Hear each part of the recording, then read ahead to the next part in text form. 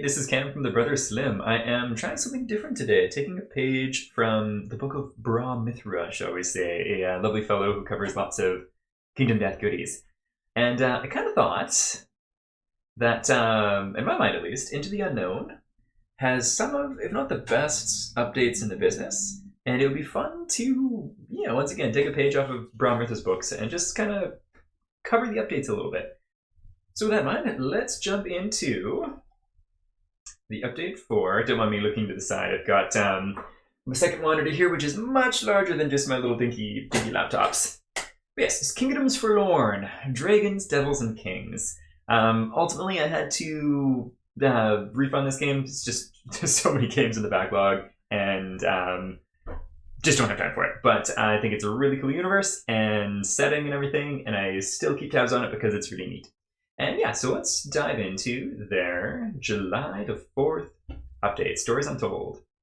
Hi everyone, hard to believe summer has already come. We've been hit by a heat wave here in Gdansk, their home in Poland. I'm probably butchering the name. But right now the weather is rainy and rather gloomy again. But the good news is, since time flies so fast, that means it's time for another update. Our new office is still gradually expanding. There are renovations in progress right now, as we had to make a few adjustments to the floor plan, but thankfully it doesn't hinder our work. In fact, we have plenty of progress to share in the news with you today. Fantastic. Then it got a lovely / terrifying piece of art of the Devour Dragon and a series of player characters. The Flesh Critter, Kara the Wilder Knights, Renholder, I think his name was? Ren something, which is a really cool wizard knight. I think that would be who I would play as if I was getting the game still. And then Sir Sonch and Little Sir as Monkey Companion, about to be eaten by the dragon. Very, very cool stuff. As you may have already figured out based on the title, this month we would like to show you some sneak peeks and examples of our approach to how the stories unfold in Kingdoms Forlorn. When we shared our progress infographic in January, you may notice that the story category wasn't in a very advanced state. Well, we've been working hard in the last months to change that, and want to report our progress. Huzzah! In Kingdoms Forlorn, each knight comes with their own storybook, the Knight Book, which will contain the entirety of that knight's personal story. Knights will develop their individual storylines independently of each other. However, that does not mean they will be strangers. The game will include small-scale interactions between the knights, in addition to their own stories. There was some examples of that at play in their free rules PDF during the campaign, and they're just so neat and fun. Really looking forward to what it's... Well, I'm not going to be able to see it once it's all out, but I think it'll be really, really cool once it is all finished. The story of each knight will consist of a prologue, an introduction that can help you decide which knights you would like to play, and 5 chapters, which will develop their storylines. Each chapter will include a main quest that a knight must complete in order to progress their story, and a number of additional mini-quests. It will be important to discuss with your group whose story you would like to progress next before you begin a delve. Part of that, I think it covers this a little later in the update, is each delve section of the gameplay, only one knight's story is kind of like the party leader, you could say, whereas then everyone else can still do advancements, just not like their main story kind of thing. Below, you can see a mostly spoiler-free diagram of one of the chapters, and how different story passages are connected and dependent on each other. I'm not going to read through the entire infographic here, but it is pretty neat. They showed off this kind of graphic using, I think it's like an old alchemy kind of thing. What was it for? I think it was like a work in progress of reference cards. And I thought it was kind of cluttered and unclear for a reference card, but it looks really cool for this kind of story flow. So it gives all these different examples of stories, choices and outcomes and such, little examples of the story progressing. And then Harnesis, no peeking, blasphemia, for all of the things that they don't want to spoil for us right now. One kind of thing I love about this infographic is the stuff that they do share. I'd say, in my experience at least, is kind of what like most other board games will have as like the main thing. And then there's all of these nice little extra nuggets which are currently hidden from us too. So pretty neat. And yes, this entire diagram is just one quest. As you can see, quests will include many branch-off points leading to different story outcomes and optional scenes depending on your choice, as well as other variables during the game. The exact complexity of one of the chapters will, in most cases, be dependent on how far you've progressed in the story. Very cool. Quest mechanics. In order to develop their stories, knights will embark on quests, which can be completed during story delves. Each chapter will begin with a quest tied to that night's story. Each quest may be overarching through the whole chapter, or be resolved before the end and continued by another quest. There might also be several plot points on the way, so no two chapters will be exactly the same between the nights when it comes to structure. The quests will usually, but not always, there are quite a few exceptions, begin in a linear manner and increase in complexity as you progress. Sounds about right? Often resulting in several different story branches depending on what happens during the quest.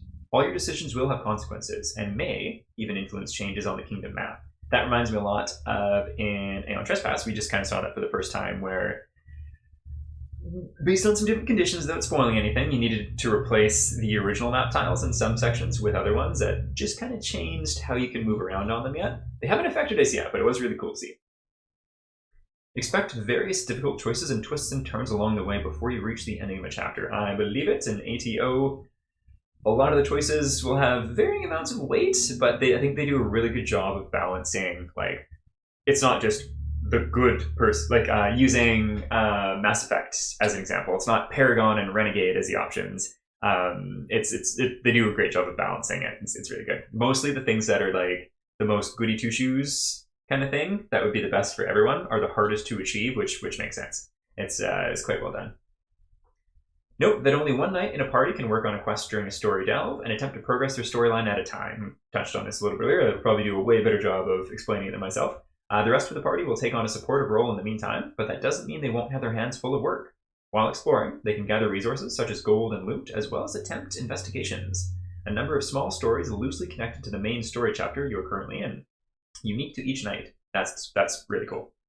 Completing them will always reward your knights, be it with a gear card, a new technique, or something special. Investigations can be completed regardless of whether you've already finished the main quest of your chapter. That way, each knight will always have a personal objective to focus on. Yeah, that's sweet. So you've always got something, and you get some unique little nuggets of story, and then the party leader, per se, will be progressing their main quest. I like that a lot. If you happen to fail a quest or an investigation, that doesn't mean you lose the game. You can still continue. In case of investigations, you can simply retry any number of times and attempt to complete them until you succeed. Quests, however, are not repeatable, and failing them will have permanent consequences that change the course of your night's story. If you fail, you will receive an alternate ending to that quest that will reflect the negative consequences of failing to meet the requirements. We didn't read through it, but in that like big infographic, it does have some examples of that. So Kara might be the pronunciation. Kara could end up getting a curse, and then does she manage to cure that curse? That's up to you in the game. Like you might be cursed forevermore, and that'll lead to new abilities and such, or you might partially cure it, and so forth. There's a bunch of different things. Story chapters will include specific goals for the player to achieve to consider a quest to be completed. These goals will be explicitly stated in the respective nightbook in a special frame, easily identifiable as soon as you open the book. We will also make sure to include one goal frame per page spread so that the requirements of specific chapters are easy to navigate while playing. You can see an example of a chapter goal below. There we go. So we may as well read out. Much shorter. Mark SF01. The first time you would gain a symbol I'm not familiar with during this delve, ignore it. Probably some Doom kind of similar thing to ATO. Objective. Find the Chapel of the Sawed Man and steal its valuables. Reveal the All Fathers Church tile, L2. It remains unexplored. Mark it with a generic token. You need to go there and search the surroundings for the chapel. When you explore the church tile, test Insight 10+, adding +1 for each revealed unexplored tiles count to 2. Craftsman District tile, including this one. On a success, see 0005. If you fail, you may perform this test again each time you explore a new tile in the Craftsman District. If you reveal all 3 medium tiles in the Craftsman District, immediately see 0005. At the rest hour, if you haven't found the chapel yet, during the story step, see 0006. If your delve ends prematurely for any reason, see 0020. So just an example of, I think it was in the first Aeon Trespass campaign when the first wave was nearing delivery, they shared a really low resolution branching tree of choices and outcomes. I have a feeling this one is going to be even more so. It was a crazy looking tree. We will also include a custom bookmark for you to use during delve so that you can find the details easily without the need to play with your nightbook always open. The bookmark can also be a tool to identify the party leader. After you finish playing a session in the middle of a delve, you can use the bookmark as a reminder of who the party leader is. Nice, I like that. Kind of a dual focus, and I am a sucker for book-related things, so having a bookmark being able to keep your spot, obviously that's useful. And especially, I don't know if they're going to do the deluxe hardcover books where those ones have some ribbons in them, but having a bookmark will be handy. Dual focus is sweet, and extra kudos if they put some references or resources or make it cool looking thing for a thematic bookmark, shall we say. Thematic and useful. As you can see, we're progressing steadily in the story department. Of course, there's still work to do as we meticulously polish both the story structure and the stories themselves to provide you with the best experience we can. Our goal when creating the night books is to allow you to really immerse yourselves in the world and relate on a personal level to your chosen knight and their struggles. Heck yeah. And white copy has arrived. I always find the white copy shares for projects kind of funny because on one side, it is so exciting, and on the other, it's just plain paper. So I think the excitement of the progress is really neat, and I bet it's even more exciting holding it in your hands for the first time as the person making the game. But it is kind of funny to read through because it is very exciting, but it's also... But that's not all. Good news! The white copy of Kingdoms Forlorn is finally here with us in the office. We've been waiting patiently for it to arrive, and we are very glad to share this news with you. You know what that means. More pictures, which are always fun. So far, we've received the KF Big Box, the TTSF Expansion Box, Playmat, Dice Set, and Princess Swalia and Little Sir. We won't reveal everything right away, but there's still plenty to see today. For those of you wondering what exactly is a white copy, it is a test copy of the game with all the elements in the correct size and in the right places, but without any actual content yet. We use it to estimate whether everything is as it should be and apply all needed changes to the final product, including your feedback. The next step of the process will be preparing a digital copy, a test copy, with all game content present. Cool. Alrighty hoo, without further ado, here they are. I wonder if I can zoom this in just a little bit. Did that zoom? I think so. One more? I don't know if that did or not. Oh yeah, it did. I just missed it. Cool. So the big KF box is here. And I gotta say, one thing I was kind of surprised by, and maybe I shouldn't have been, is the minis, which look like they are pre-production. And I've backed many projects, and I actually, to a degree, do work in the industry, but always a sucker for any sort of update with with minis, be it sculpts or tests, prints, prototypes, whatever. Always a sucker for them. Always happy to see them. It's cool how they got all the boxes. So these are the big guys. I gotta say, so the King minis are interesting, and I was really curious how this one for the Stone Kingdom, the Principality of Stone, was gonna look. It's huge, which is so cool. Yeah, super neat. And we'll keep going down. Close-ups of the minis. We'll see some of these later, but we won't see these two, so kind of cool to see them. The two book dudes, super cool. Swole on Knowledge is my guy. He is one of my favorite sculpts of the whole bunch. He's awesome. This guy's also got a tiny head, and he's super cool. But yeah, big book, big brawn. I'm here for it. Close-up photo of the core insert tray and miniature samples. And this one is some of the foes that you face, and we have, I can't remember the terminology for them. There's devils and kings, and dragons, of course, which is in the name itself. But then there's other adversaries, too. I can't remember the specific name. So some of them being, I think, is Bog Knight. We got Egghead, who actually looks super cool in print. And then the White Ape Troll, which is also really cool. Seeing the pictures, it was one of the few things that I thought kind of looked like a little bit more generic fantasy than everything else. But the physical mini looks freaking cool. Really nice base on the bottom, too, to give it a cool pose. But we have one of the kings up here, too, and we'll see him further down in the update, but just want to call out the kings as being really neat. That devil's also super cool. Kind of like Aztec Medusa Man. There we go. So this is the expansion box. Succulent Fear Edition, I think was the name, if I remember correctly. It's the Bog Witch. And Nightbox featuring Kara. So the Nightboxes are pretty cool. So a lot of this game, it feels, so what's the term? Not a hobby, lifestyle game? I think that might be it that I've seen online, where it's like, this is the game that you play.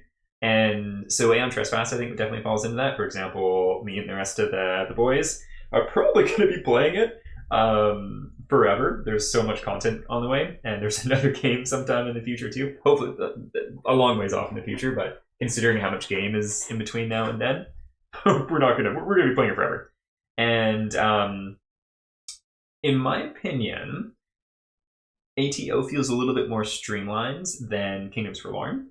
And I think this one is even more so like a lifestyle game where there's so many different things that you can get into. Like looking at some of the last updates, which I'm not going to go through record or anything, just going to go from here on out. There's a lot of different mechanics and lots of small little mini games and such, which in reading the testing updates, I'm not sure on what I would think of them in play because they have a purpose. And when they're integrated with the game and it's in front of you, I think it would be different. But yeah, just reading the testing of it, it just feels like it's like a side venture rather than part of the usual game loop. So I'm not sure. Need to see more. But again, I'm not even going to be playing it, so don't listen to me. But anyways, that was a tangent because I was talking about the night boxes, which are a great, cool concept to be able to bring the player, like the character that you're playing as, your specific knight, into other people's games if you want, which is really neat. For example, going to a convention and this game's going to be played, you can bring your character with you, which is really cool. Keep in mind that everything here is still a work in progress. We're currently in the process of testing the boxes and making sure whether they are up to our standard and sturdy enough to safely store all game elements. We're also still working on the most optimal layout of insert trays. It's likely that both the outside and the inside of the boxes will undergo changes. As many as will be necessary to provide you with the best possible quality we can achieve. The final version of the game box will be a fruit of hundreds of emails, conversations, meetings, and even more photos. Yay, photos! And here we are. I wasn't really expecting to see a whole bunch of cool close-ups of minis. And yes, me, happy lad. Renholder. I think I was saying Renholder earlier. That's just wrong. Yeah, so Renholder was honestly all of the art for this game. Into the Unknown has phenomenal artists for all of their projects, and seeing them transcribe this well into physical minis is so cool. Like these feel like a foreign, like there's nothing wrong with the ATO minis, specifically like the 4 starting Titans. But my goodness, these starting characters look amazing. And yeah, there's a difference in that game where the starter Titans, like eventually you phase out to a degree maybe, and we're mostly through Cycle 1 and still mostly use them. But the detail on these looks awesome. I am the furthest thing from a miniature connoisseur. I know and enjoy lots of minis and have been in miniature related hobbies for quite a long time, but minis can be suboptimal and still be awesome in my mind too. But looking at these, they got so much detail. They look like it'd be a really fun time to paint, and also say in comparison like Storm Thunder ones where there's so many little knickknacks and doodads where it just feels like it'd be tedious or would just end up like dry brushing it all because not having the patience for it. These look like they'd just be like the perfect amount, like a lot of fun. But yeah, this Mage Knight with his pokey staff, spear, and wizard hat and knight helm. Oh, creme de la creme. Just so cool. How powerful is Renholder's magic? It's best if we don't find out firsthand. Very neat, very neat. The Flish Critter's sword is as sharp as his wit. Once again, probably butchering that name, just like this guy butchers meat, and that's okay. Again, such cool night. One of the first things that made me think I wanted this game was Sean would be this character.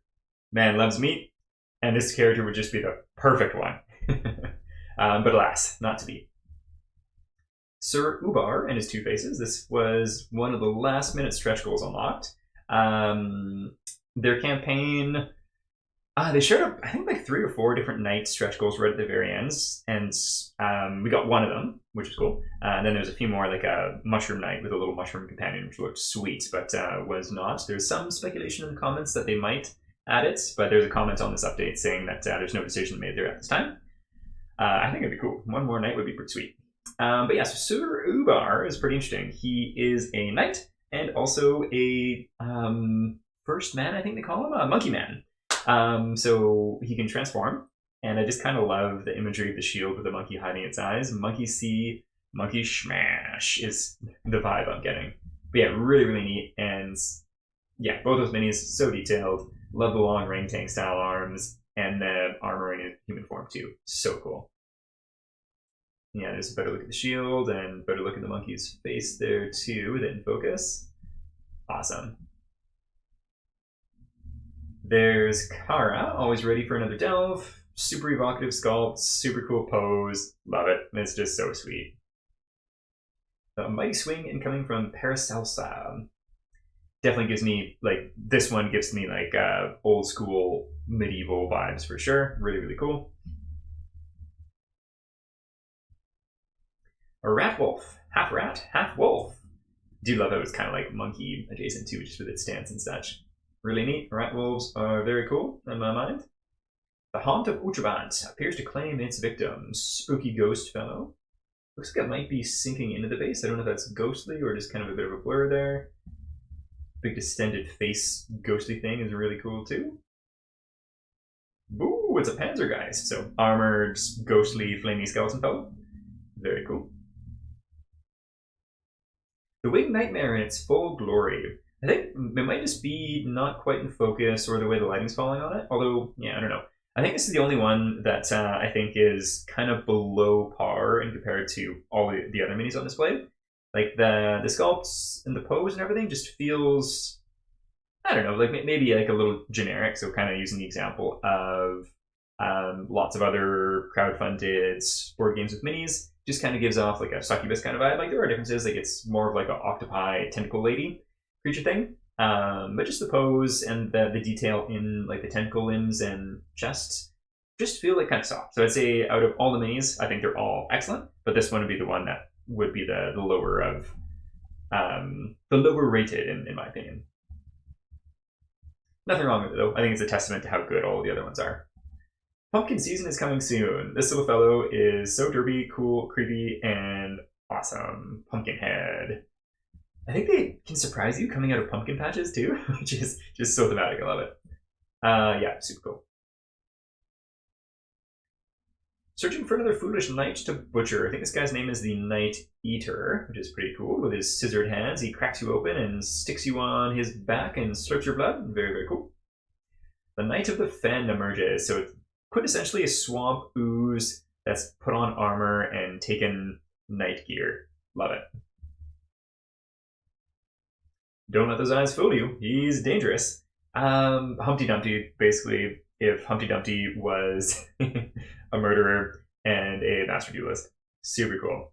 And again, like I think part of it's the lighting maybe too, but it just like there's so many great little details, all little scratches, and it looks like it'd be such a fun miniature to paint. It's really well done. And such a silly concept, but there's a certain eerie creepiness to it that is just fantastic. And here we go. White ape troll stands in your path. Perhaps you should find another way. Talked about him a little bit earlier, but having his foot on that big stump and just the pose and just that crisp detail looks awesome. Would you look at that mischievous grin? Indeed. Toe Dragon, so cool. I love that dragons are cool in pretty much any form and almost any medium. But they are something that's done to the nines. Using TTRPGs for an example, I follow up a lot of them on crowdfunding. And I think this year alone, there was 3, maybe 4 really successful dragon-centric, mostly D&D source books that came out for adding more creatures. And I mean, heck yeah, that's awesome. But it's also just a testament that dragons are quite common and overdone. Chimeras would be another example of some like really well done, like classic D&D style dragons. And I just love that ITU's kind of moved away from the norm and has embraced like funky, cool dragons like this grinning toad bugger. He's so cool. I think in the sculpts there were like little tiny people that were kind of praying to him. I know I personally, once again, my opinion's kind of moved. I'm not getting the game to work, but again, just kind of fanboying here. It's all really, really sweet and it's fun to see develop. I think it would be better if they were gone. Just like the scale is one thing, but when you compare it to your player characters, like the scale kind of goes out the window anyways, and so it makes sense for them not to be there in my mind. But such a cool mini. We mentioned this guy when he was sitting down in the box. This is a fancy throne for a fancy king, basically puppet mastered by some sort of dark force, and looks freaking sweet. Like, I'm personally of the mind that miniatures that are sitting down, they can look stoic, but they're also generally so static that I find them kind of underwhelming. Not so with this guy. Just his kind of weird marionette pose with this giant greatsword in one hand and his face, and yeah, his limbs are kind of splayed like that. This creepy hand up above, and also how high up it is. So cool. And then all of the detail on the back of the throne too. All the moss and whatever that little symbol is. Great job. Great job. And I think the King Laid Low is the name of this one. Can you guess where his face is? My assumption is under here. I hope so, at least. And just so creepy. I guess it'd be called body horror. Just like the way the limbs are all splayed out, and the back's kind of coming up there. He's sitting on this little tiny stool still, but it's kind of where his butt would be, I guess, and this little scepter. Yeah, very cool. A Roomba of rattlesnakes. Love that description. I don't know if this was I don't know, like obviously I don't have the mini in front of me to take the picture either, but interesting choice of angle where I think it got the snakes mostly in focus. And obviously a bit of the head there too, but you can't really see much else of what's going on. So I would love to see this guy like from a more like frontal. Give me that full frontal. Bog Witch on face, in face indeed. Cool to see this one up close because in the art I kind of thought this one was a little underwhelming. But there's a lot of details there. Like there's branches coming out of its face, all these skulls, and all the details on the back. Oh, it is a crocodile. Creepy hands in the water there too. Yeah, neat, very neat. There's the back, and Bogwitch from a bird's eye view. There's a crocodile there. There's a crocodile there. Can you see it? Indeed, we just saw its face in that last picture. So there's its snoot, and it goes down its back. Yeah, neat, very neat.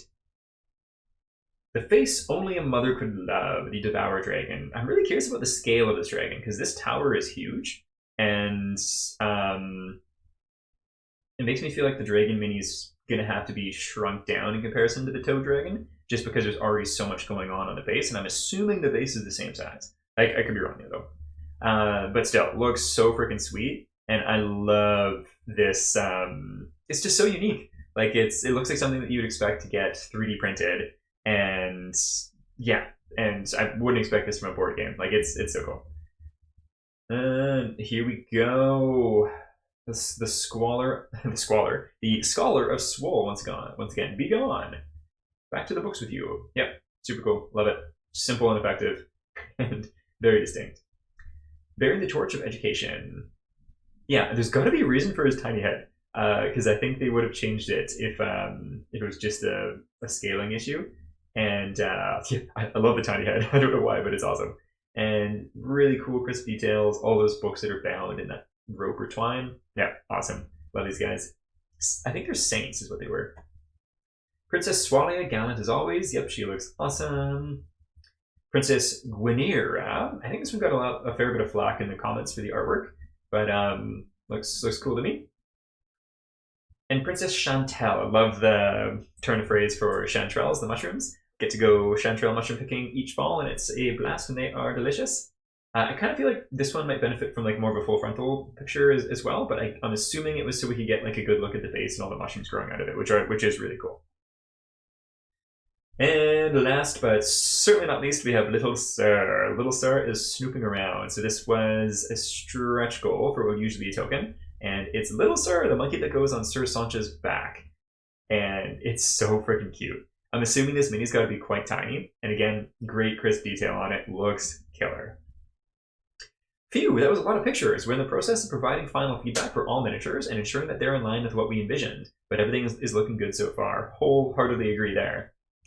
On a different note, you may remember that we mentioned working on a tabletop simulator demo version of KF at the beginning of the year. We're currently foreseeing the demo to release sometime during autumn of 2024. I wonder if I can get in on that. That would be interesting.